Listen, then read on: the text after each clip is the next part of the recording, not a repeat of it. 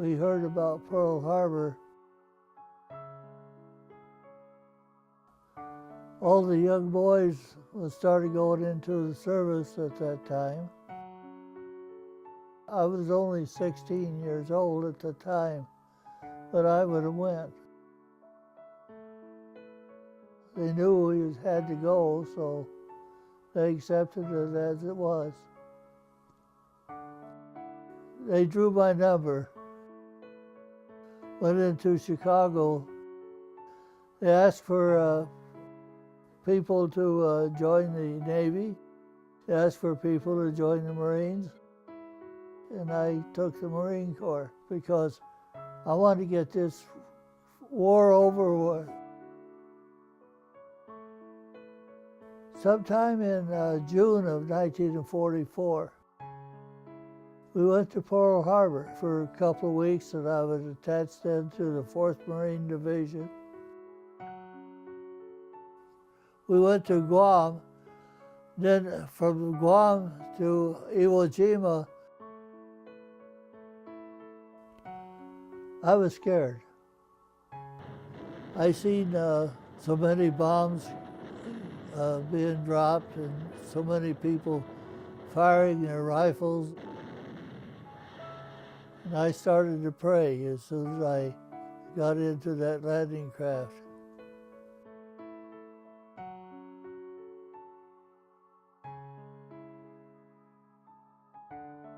I'd met a girl in Iowa, and we were supposed to get married after World War II was over. But while I was overseas, she got married. There was a few tears dropped on the letter when I read it.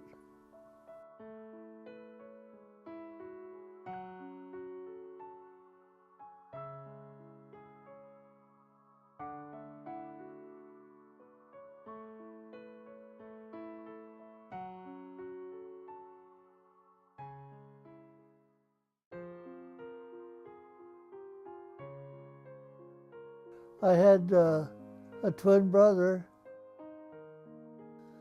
and we would work on the farms in the summertime, and I worked with my dad in a coal mine in the winter to make a living. October 24th, 1929 marked the beginning of possibly the hardest time in American history. I was brought up during the Depression years.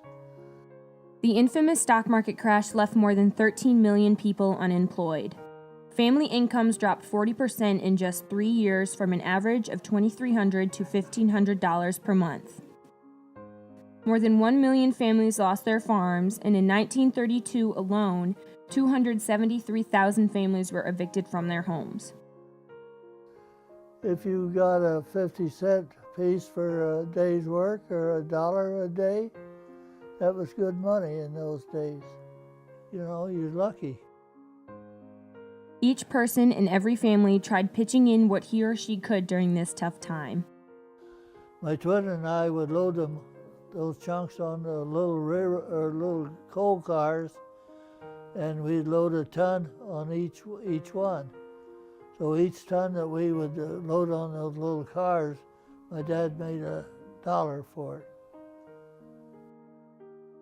After working for his father in Confidence, Iowa over the years, Gale and his twin brother Glenn decided there were better options of work where their extended family lived, Rockford, Illinois.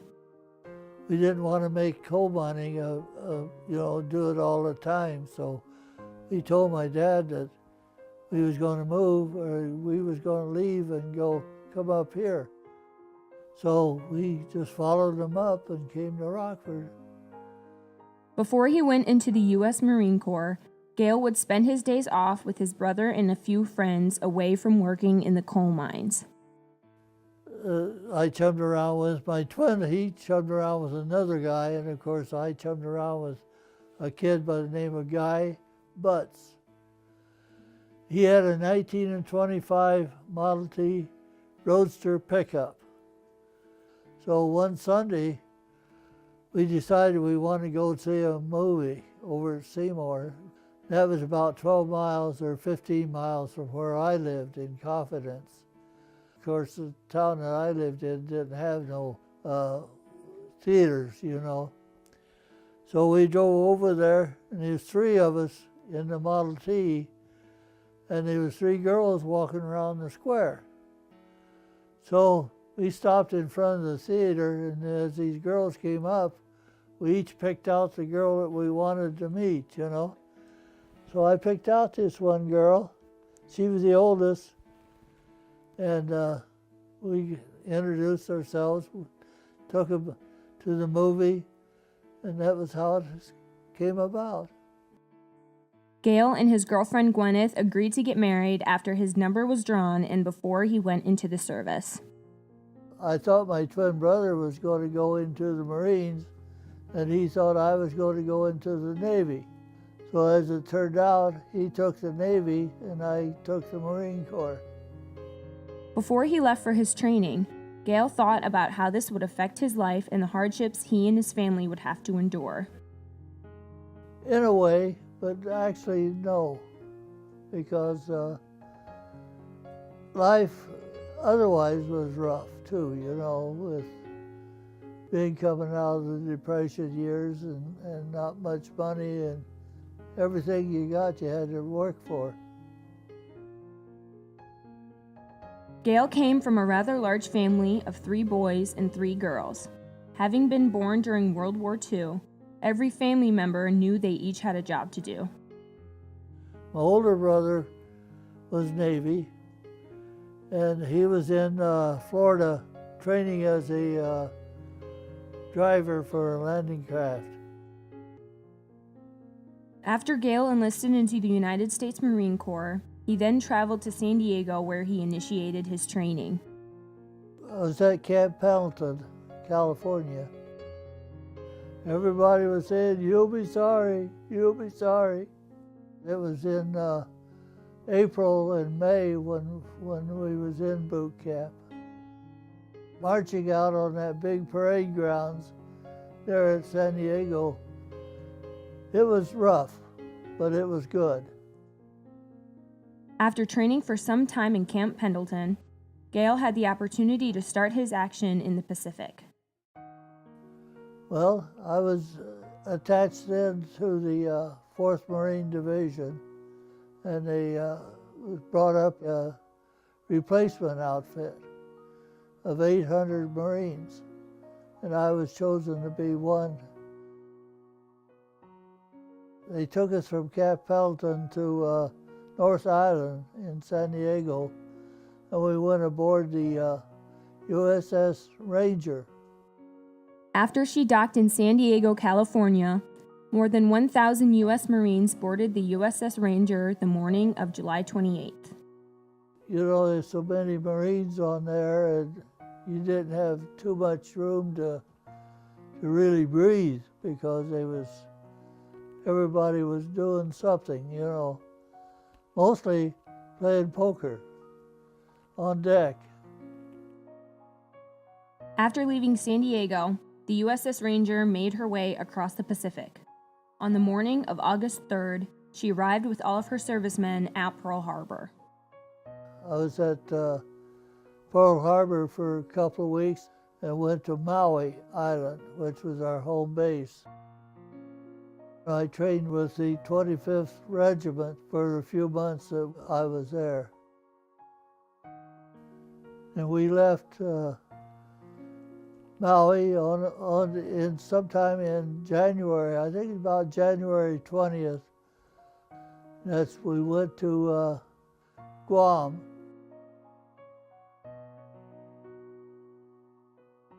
Then as we got closer to Guam, and left Guam to go to Iwo Jima, he said there was about 800 ships of all different types in the convoy. Even on the horizon, all you could see was ships. That would be, say, probably a distance of maybe 5 miles or so. There was LSTs, battleships, aircraft carriers, destroyers, troop ships.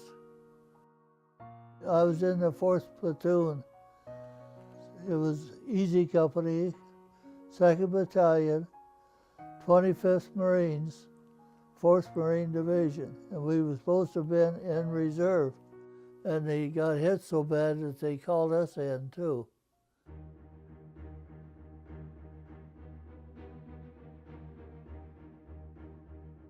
That morning that we got up there, I couldn't sleep the night before, so I got up early. And I walked out on the port side of the ship, and all I could see was that Mount Suribachi sticking up out of the water.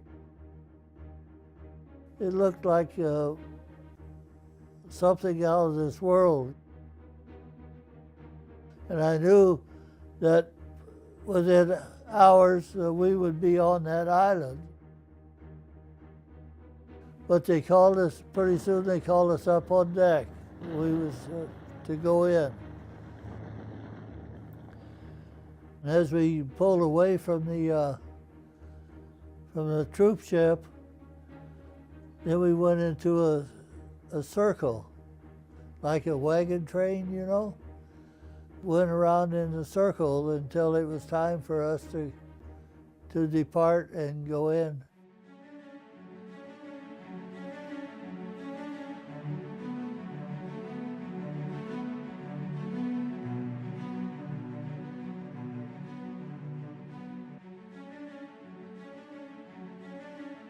The landing crafts in front would drop down, and of course they would run off.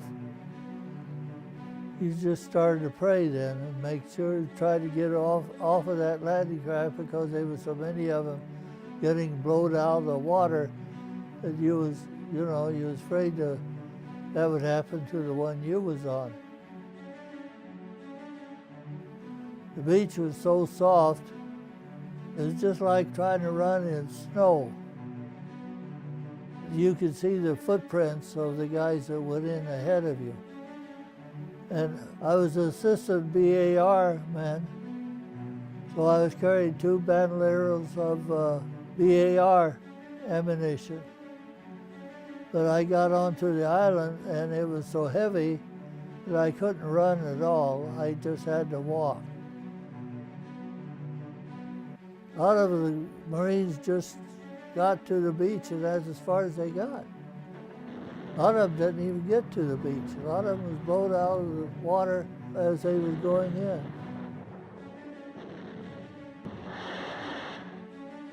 Oh, the noise was tremendous, so you couldn't hear nothing.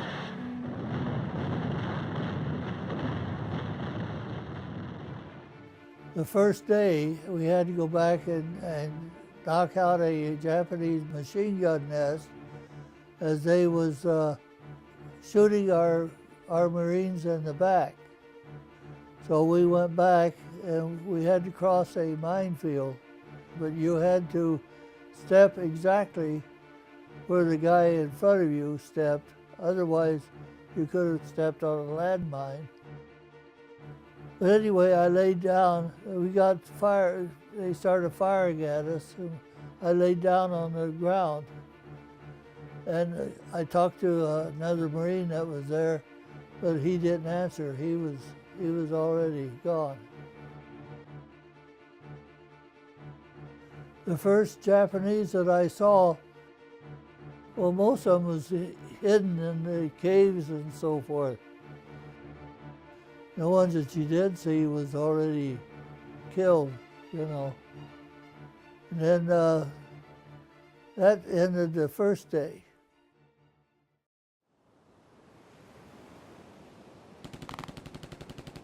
At night, we'd sit back to back. He'd sit back looking the opposite direction is what I did. And if you smoked, which I did at that time, then you couldn't light a match or anything, because if you did, you'd get somebody to fire at you, you know, or shoot at you. So I would hide under my poncho at that time and light a cigarette and smoke it as much as I could. You sleep maybe an hour or 20 minutes or an hour or something, but that was about all you get each night. But then we was glad to see daylight come because, you know, then you knew what was happening. The second day was pretty miserable. I mean, it went pretty fast. There, you could, everything happened so fast you didn't have time to think. You could see they were firing bombs that was made out of like a little barrel. You could see them flying over. And they would hit on this volcanic ash and explode, of course. But then the third day, I was watching our planes bomb airfield number 2, and that was when I got hit. It was about 5 minutes after 3 in the afternoon. That I could remember that as if it was yesterday. That mortar shell landed pretty close to me, and it went into my right leg, just above the knee. That was my $1 million wound that I'd get off of that island. And it fractured about 4 inches of the bone, crushed about 4 inches of the bone. And of course, I couldn't walk. They had to carry me and 4 guys out of the headquarters platoon made a stretcher out of my poncho, and he carried me back to the first aid on the beach. Then I was put aboard a landing craft, and they took me out and got me aboard. At about 10 o'clock, they got me aboard a converted troop ship. They operated on me that night, about midnight. And they saved my leg, but they said that if it happened like that in World War I, it would just sawed it off.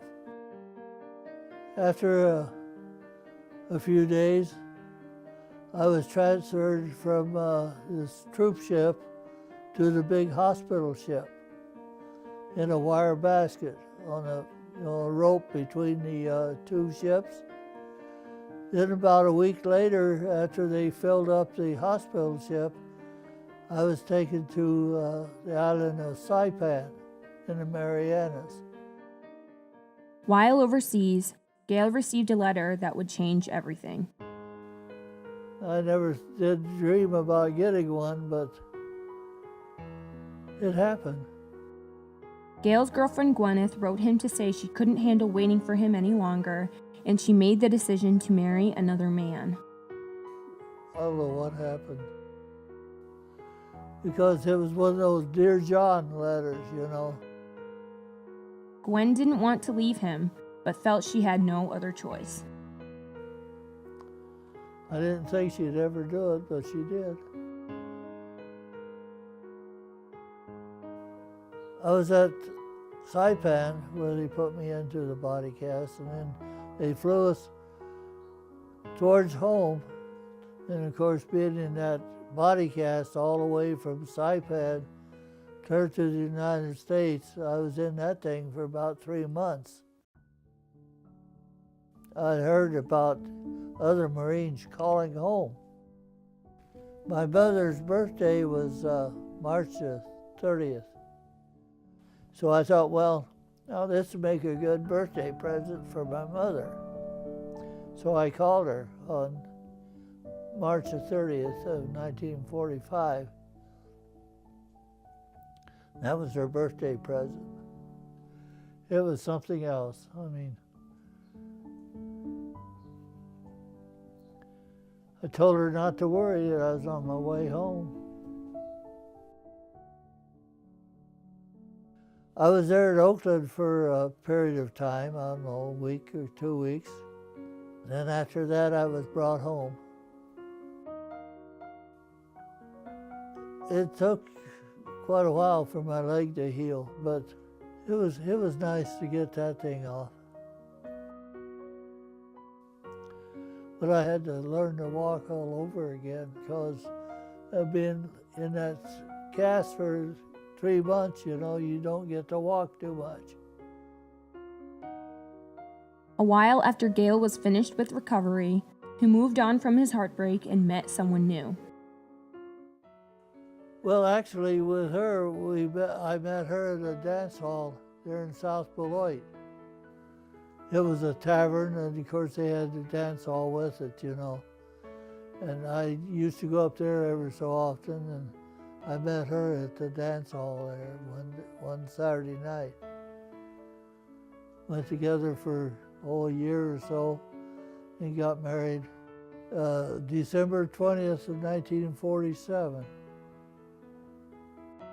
He created a wonderful life with Gladys, and they were happily married for more than 52 years. She unfortunately passed away in 2000. After mourning her loss for a long year, Gale had the opportunity to find love again and reconnected with his old girlfriend from 60 years ago. So after I got back and my wife passed away, I found out that she was a widow, and she lived in Ottawa, down here by Starved Rock. So I thought, well, one Sunday after people started leaving the campground, I thought, well, why not just drive down there and see if I can find her? So I did. I'd gotten her telephone number. So when I went down to Ottawa, I called her. She was surprised. Because, you know, I'd changed quite a bit, and so had she, but yet I knew her. I could pick her out from 1,000 women. After Gale got back together with Gwyneth, they spent their 6 years together traveling and reminiscing on their individual experiences during World War II. James Bradley, he was a corpsman. He was the only Navy that helped raise the flag on Iwo Jima. And he was down there. He had written a book, Flags of Our Fathers. So I had my girlfriend get in line, and I got in line for her to get it autographed. And so she got in line and bought it, and she brought it over to me, and I had it autographed by the author. Of course, I was young too at that time, you know. Well, I was 20 years old when I went on the island of Iwo Jima, and it was friendship that you had with your fellow Marines, and actually that turns out to be almost like a brother. Through the hardships in his life, including the war, the loss of his girlfriend, and the loss of his friends, Gale is happy with his life's outcome and is more than proud to call himself a Marine. That's just it. Like they always say, once a Marine, always a Marine. I'm proud of it, very proud. Well, I learned a lot. I'm just thankful that I made it through.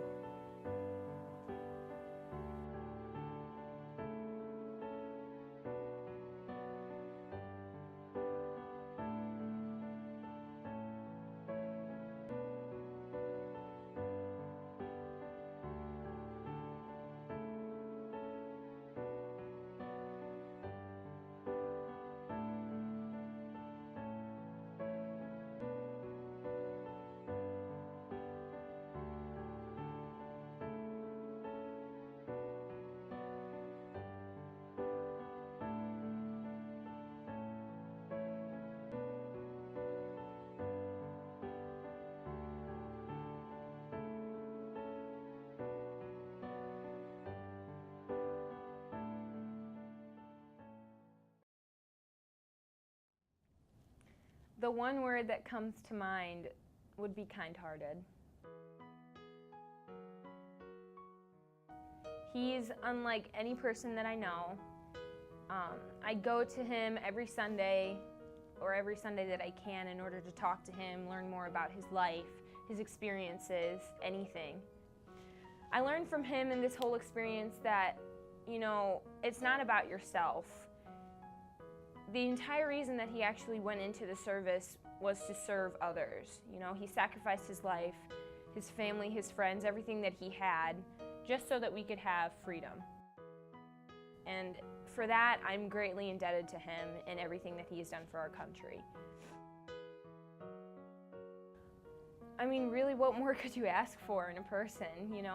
He gave up everything to better us, and I couldn't imagine doing it myself.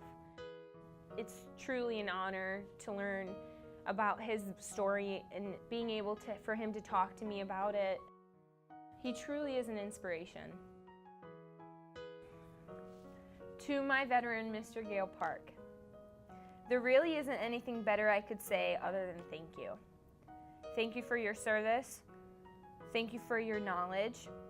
Thank you for inviting me into your home to teach me more about your experiences in your life. What you have shared with me, I will carry forever.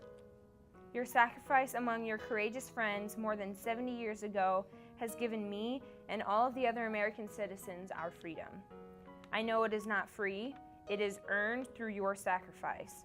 It is earned through the price you paid in 1945. I will miss coming into your home Sunday afternoons to speak with you, and I hope we keep in touch after this experience is over. I will cherish this experience with you for all of my life and hope you enjoy this gift. You deserve it. Take care. Elizabeth Kortiz.